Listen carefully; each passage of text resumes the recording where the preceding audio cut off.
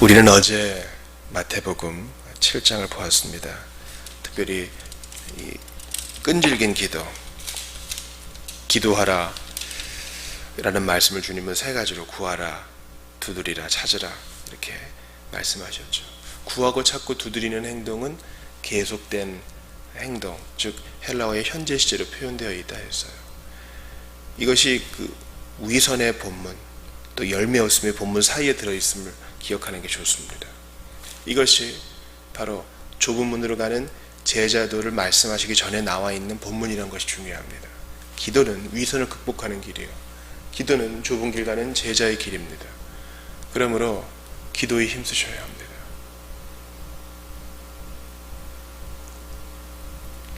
이를 듣고 행하는 사람은 바로 기도하는 사람입니다. 듣고도 행하지 않는 자는 멸망하지만 듣고 행하는 자, 즉 듣고 기도한 이후에 행하는 자는 바람이 불고 창수가 나도 넘어지지 않습니다. 이 기도. 그래서 제 마음 가운데 제가 언제 주님 앞에 불려갈지 모르지만 제가 기력이 있어 목회를 할 수 있는 동안에는 말씀을 부지런히 가르치고 기도를 최대한 독려하는 그런 사람이 되기 원합니다.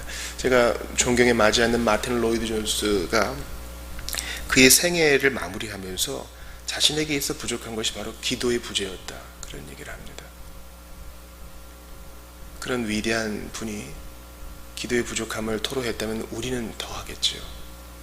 로이드 존스는 강해 설교, 청교도적인 입장에서 분석적인 설교로 유명하지 않습니까? 그러나 그 분에게도 시간이 지날수록 기도가 필요하다, 이것을 느꼈다는 겁니다.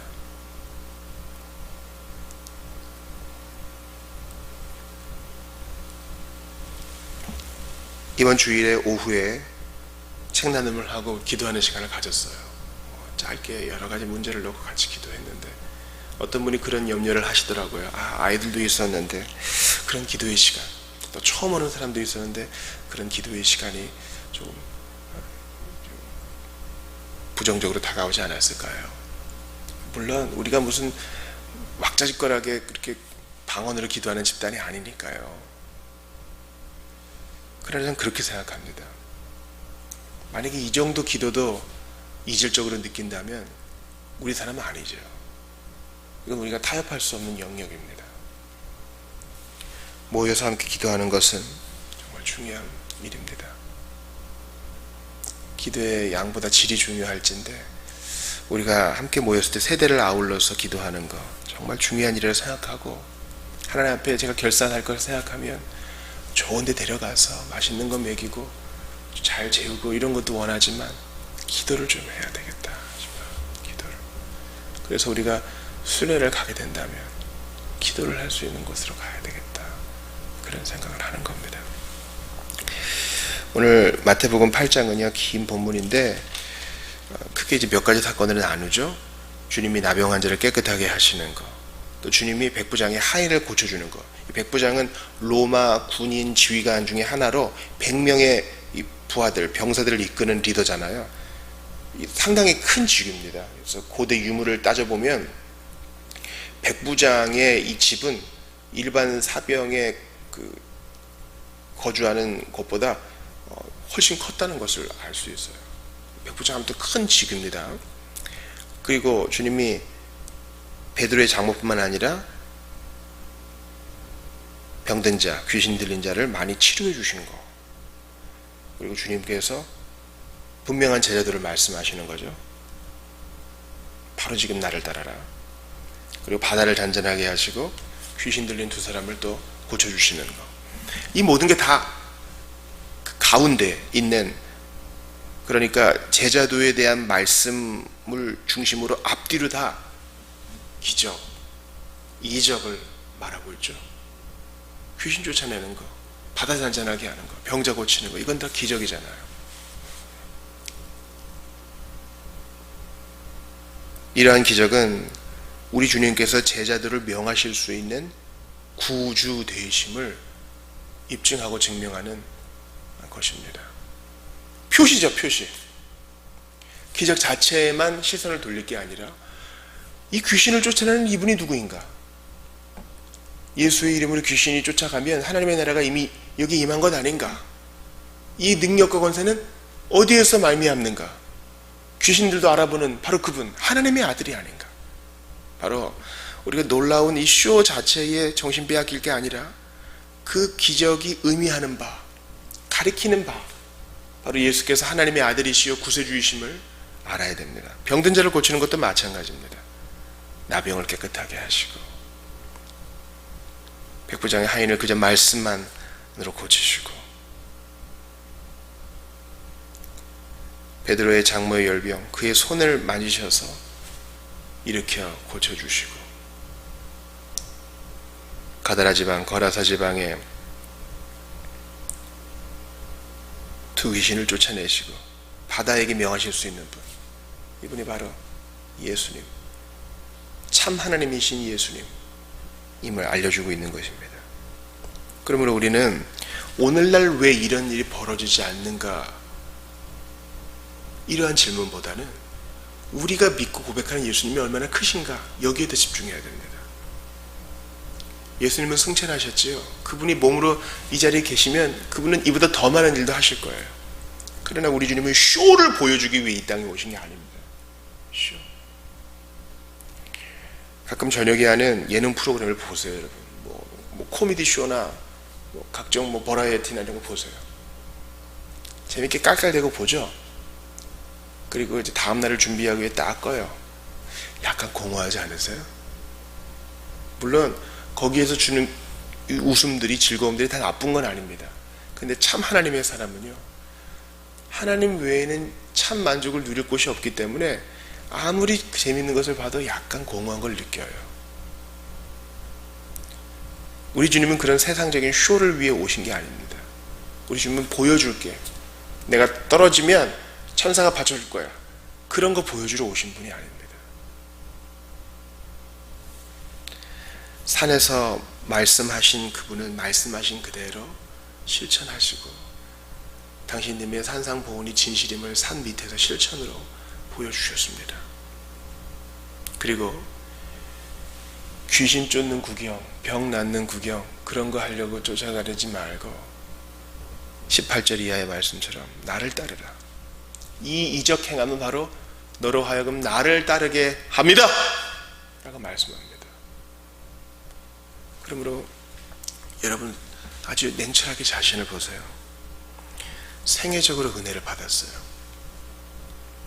대단한 거 경험했죠. 간증거리가 수두룩해요.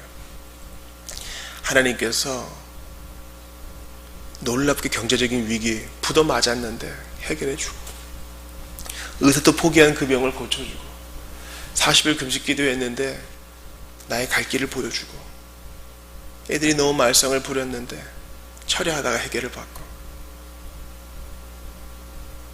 이 모든 것이 바로 지금 자랑하려고 있는 것이 아니라 나로 하여금 예수 더 따르게 하고 나를 부인하고 바로 지금 제자의 삶에 헌신하게 하는데 소용되지 않으면 모두 헛거란 말입니다. 어떻게 주님 하신 일, 그 기적을 체험해놓고 내 자랑할 수 있어요? 핀트가 금방 바뀔 수 있습니다. 초점이 예수님, 그리고 그분을 따르는 나에 있지 않으면 아무 소용없는 거예요. 제 아무리 대단한 기적을 경험했더라도 말이죠.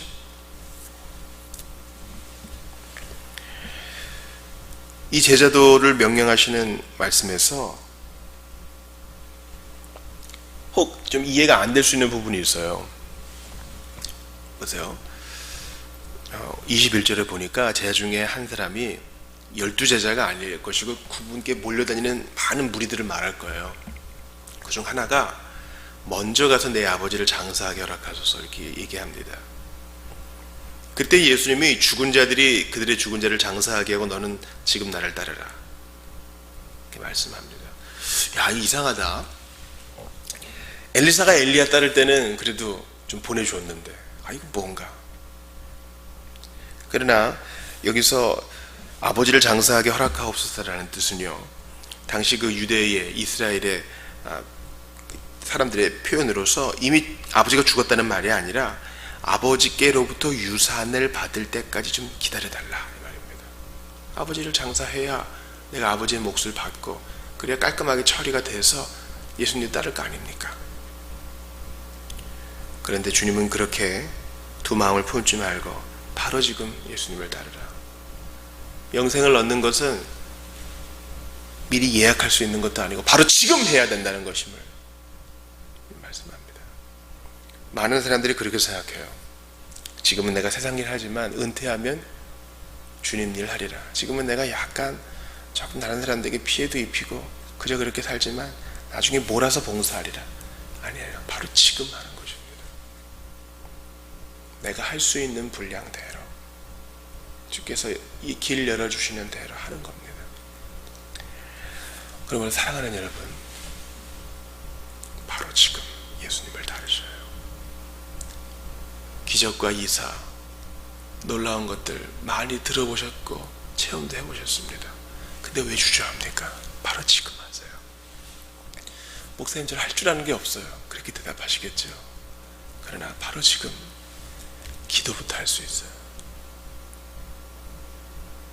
우리가 오늘 리비아를 위해 기도하지 않았어요? 오픈도어 선교회나 순교자의 소리와 같은 곳에서 세계 여러 곳의 기도 제목을 받을 수 있습니다. 또 우리 교회 지체들을 위하여서, 한국교회 위해서 매스컴에서 얼마나 두드려 맞고 있습니까? 한국교회 지도자들을 위해서, 성도들을 위해서 말이죠. 바로 지금 예수님을 따르는 것은 바로 마음의 문제입니다. 그래도 내가 받을 몫은 있지 않겠는가? 세상의 재미는 마지막까지 한번 들이마시고 예수 따라야 되지 않겠는가? 마치 알코올 중독자가 정신병원 들어갈 때 그 입구에서 마지막으로 술을 마신 다음에 들어가는 것처럼 우리가 그런 자세를 취한다면 하나님께 받을 상이 없을 것입니다. 오늘 본문에서 주로 사람을 다 대하신 주님은 유독 23절부터 27절까지는 자연을 대하여 말씀하십니다. 갈릴리 호수는 지중해보다 210m 정도 아래에 있거든요. 이제 2,800m 정도 되는 이제 헬몬산에서 5월부터 10월경에 산을 타고 내려오는 강풍이 있습니다. 그리고 주변을 둘러싼 언덕을 이 강풍이 통과할 때 호수에 갑자기 그 격렬한 폭풍이 일어나죠. 예수님께서 너무 피곤해서 주무십니다.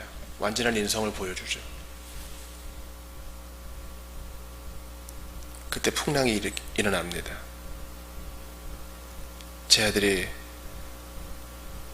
예수님께 도움을 요청합니다. 그때 주님이 바람과 바다를 꾸짖으십니다. 그리고 바람과 바다가 순종하여 잔잔해집니다.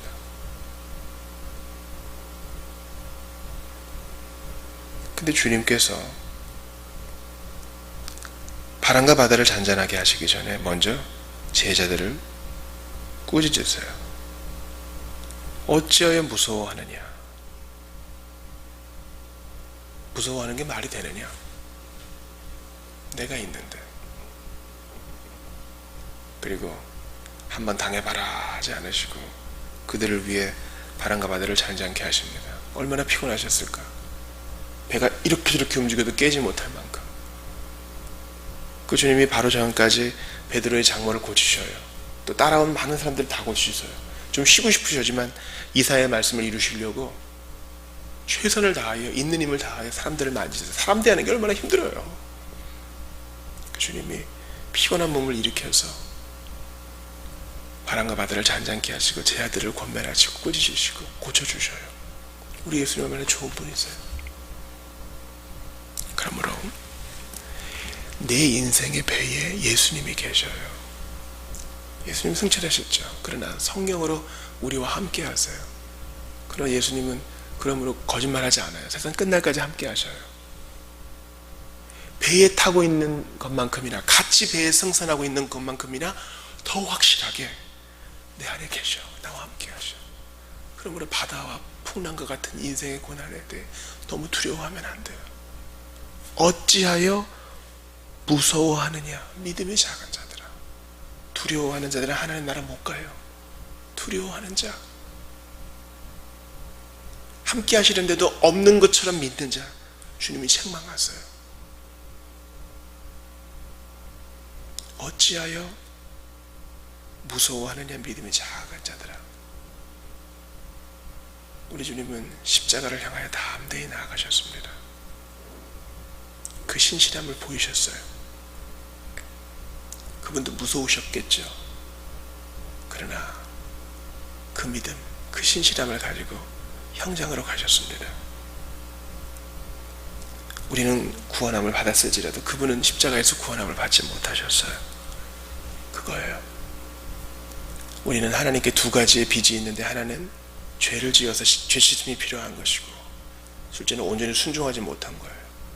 그러나 주님은 십자가에서 죽으심으로 우리의 죄 문제를 해결하셨고, 전생애를 통하여 율법에 온전히 순종하셔서 두 번째 빚을 갚아주셨습니다. 이 좋으신 주님이 내 인생의 묘에 함께 계셔요. 그러니 두려워하지 마세요. 오히려 제자의 삶으로 주께 영광을 돌리십시오. 기도합시다. 하나님, 귀신을 쫓아내시고 병자를 고치신 하나님의 아들 예수 그리스도를 믿나이다. 그분이 나와 함께 하시는 믿사오니 폭풍과 풍랑이 있는 내 인생에 여러 어려움들 가운데서 저희를 건지실 줄 믿습니다. 믿음 없는 저희를 불쌍히 여기시고 무서워하는 저희를 긍휼히 여기셔서 건져 주옵소서. 주님만 의지하게 하옵소서. 이 주 예수님의 이름으로 기도하옵나이다.